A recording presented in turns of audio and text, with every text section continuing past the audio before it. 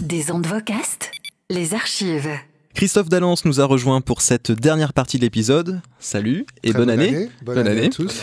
Il y a des 31 décembre qui restent en mémoire et le 31 décembre 2007 reste une journée noire pour tous les fans d'Europe 2. Est-ce que vous vous souvenez du passage d'Europe 2 à Virgin Radio ?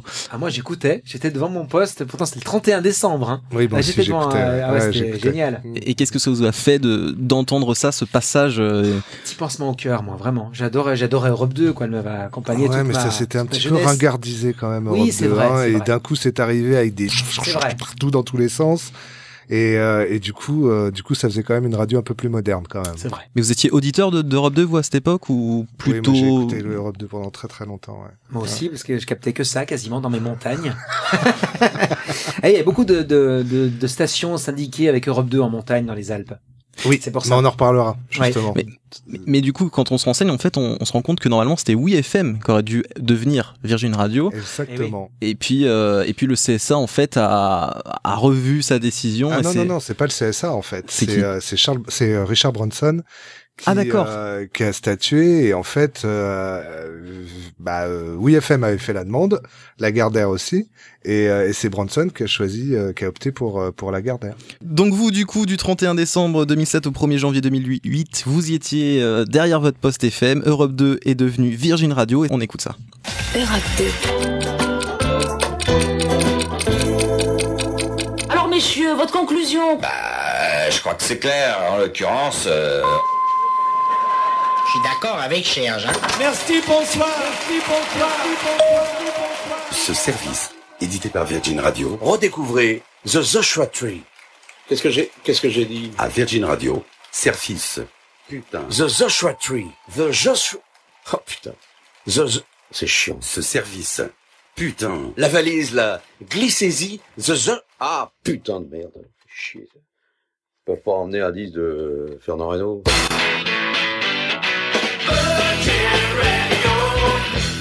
Well, hello, I'm Richard Branson, and I'm very proud to launch Virgin Radio in France today. I hope you'll enjoy your brand new radio and all the programs we worked on. Now it's time to get more on Virgin Radio. Oh, and by the way, have a great new year. Bienvenue Virgin Radio. Et bonne année 2008. Vous en voulez plus. Nous aussi. C'est parti. DJ Zebra prend les platines pour 6 heures de mix. Virgin Radio. Get more. Ça vous a rappelé un bon ou mauvais moment, du coup, pour vous, cette transition ? Ni bon ni mauvais, mais vraiment je trouve que Europe 2 était ringardisé, et que le passage à Virgin rien à voir, quoi. Alors ce qui est étonnant quand même, parce que c'était exactement le même programme, exactement la même musique, c'est juste le nom qui changeait, mais je sais pas, l'habillage, c'est pour ça. Et puis l'habillage était quand même vachement péchu, plus péchu, et puis il y avait des effets un peu dans tous les sens, etc., ce qui n'était pas du tout le cas. Et pourtant sur c'était le Europe début 2. de la fin pour ça a été un petit peu compliqué quand même, les audiences après, quand ça même. a été très compliqué pour alors qu'Europe 2 était au top. C'était très compliqué pour le début de Virgin. Lagardère comptait vraiment sur la marque Virgin, en fait, pour faire décoller les audiences, mais ça n'a pas tout de suite fonctionné, quoi. Exactement. Alors Europe 2, j'ai lu qu'elle a été, c'était pas vraiment une radio, en fait, à la base, c'était un programme, on disait le programme Europe 2. Alors ça, c'était à cause des lois anti-concentration pour Europe 1, c'est ça ? C'était à cause des lois anti-concentration, et puis c'était surtout pour récupérer des fréquences et se développer, parce qu'en fait, donc Europe 1, c'est en 1986, qui a vu quand même qui voyait le marché des radios FM musicales en pleine expansion, a donc créé un fournisseur de programmes qui, vous saviez comment il s'appelait au départ ? Europe 2, non ? Non, Fréquence Magique. Fréquence Magique. Absolument. Ah, c'est marrant ça. Donc ça, c'était la banque de programmes Fréquence Magique. D'accord. Et donc c'était un programme clé en main qui était offert aux radios locales. Donc ça a commencé, je crois, à Bordeaux, à Amiens. Et puis en fait, la dénomination Europe 2 est arrivée avec la fréquence de Paris quand ils ont récupéré Hit FM. Et c'est là que c'est devenu Hit FM, programme Europe 2. Et Hit FM, c'était la radio de UGC. Absolument. Tout à fait. J'ai bossé, j'ai bossé. Bravo. C'était la radio du cinéma.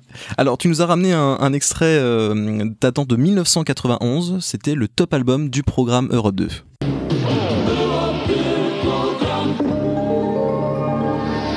Quand la musique s'envole, c'est le top album. Le classement officiel des ventes de CD, d'albums et de cassettes. C'est officiel et c'est dans le programme Europe 2. Le top album. C'est aussi un tour du monde des meilleures ventes. Le top album. Avec Bruno Labouré, tous les samedis de 19h à 20h30. Top album. Programme Europe 2. On a tout pour s'entendre. Alors Christophe, c'est une de tes archives, ça. Est-ce que tu peux nous en dire un peu plus ou pas? C'est une émission non, classique. mais c'était une émission classique qui faisait le week-end, le top album, bon voilà, le classement officiel, voilà, des ventes d'albums. Bon, rien de particulier. Enfin, je veux dire, c'est une émission, voilà, de top, quoi. Toi, t'écoutais beaucoup Europe 2 en 91 justement ou... J'écoutais beaucoup Europe 2 et j'aimais bien le format. C'était un format adulte contemporain. Donc ça me convenait bien à l'époque. Le dernier claim de la radio, c'était que du rock, que de la pop. Le dernier slogan de la radio, et il y avait du beau monde quand même, hein. Il y avait Nagui et Manu. Oui, Nagui et Manu. Ah ouais, Voilà. D'ailleurs, c'était très fort parce que quand ils sont passés sur Virgin, ils avaient un jeu en fait. À chaque fois qu'ils disaient Europe 2 au lieu de Virgin, il y avait un gage. Je me souviens, c'était des très bons moments de radio ces moments-là. Bon, ceci dit, à cette époque-là et depuis 2 ans, hein, l'audience de la radio commençait. C'est pour ça qu'ils ont décidé de changer. L'audience de la radio commençait à stagner un peu. Il y avait une petite érosion quand même au niveau de l'audience, mais il faut savoir quand même que Europe 2, c'était 3 millions d'auditeurs et un chiffre d'audience qui était à 5,8 en natio quand même. Ouais. Ce qui est pas négligeable du tout. C'était quand même une très très grosse radio. Et malgré cela, eh bien, en 2007, Lagardère a déposé une demande au CSA pour changer le nom de la radio parce qu'en fait, ils voulaient un peu rajeunir, quoi. C'est-à-dire qu'ils voulaient en faire une radio un petit peu plus moderne et ils trouvaient que la marque Virgin qui est une marque connue mondialement par son créateur Richard Branson. Et donc pourquoi un changement de nom? Tout simplement pour essayer de conquérir les 15-34 ans avec une marque forte. Et alors ils avaient quand même l'ambition de hisser la radio, et ça a été dans les journaux et tout, de hisser la radio à la première place et de ringardiser Énergie et Skyrock. Tout le monde a voulu faire ça, mais bon. Après, chacun a ses ambitions, heureusement. C'était une marque forte en France, mais c'était aussi une marque forte à l'étranger, puisqu'il y avait des Europe 2 en Belgique, Virgin Radio en Suisse, ça. En Italie aussi. Elle existe toujours d'ailleurs, je crois. Tout à fait. Et donc voilà, ils voulaient avoir une marque internationale et ils ont opté pour la marque Virgin. Et est-ce que dès le lancement de Virgin, ils voulaient déjà se positionner sur le pop rock électro ou c'est venu Non, c'est venu pop direct. Rock seulement. D'accord, c'est venu après l'électro. Ouais, l'électro est venu après, mais au départ, l'idée c'était de faire un format pop et rock. D'accord. Et d'où c'est venu en fait ce passage un peu à électro? C'est parce que justement ça fonctionnait pas le format pop rock. Ça arrivait bien plus tard parce qu'en fait le problème c'est qu'ils ont ils ont fait une multitude de changements.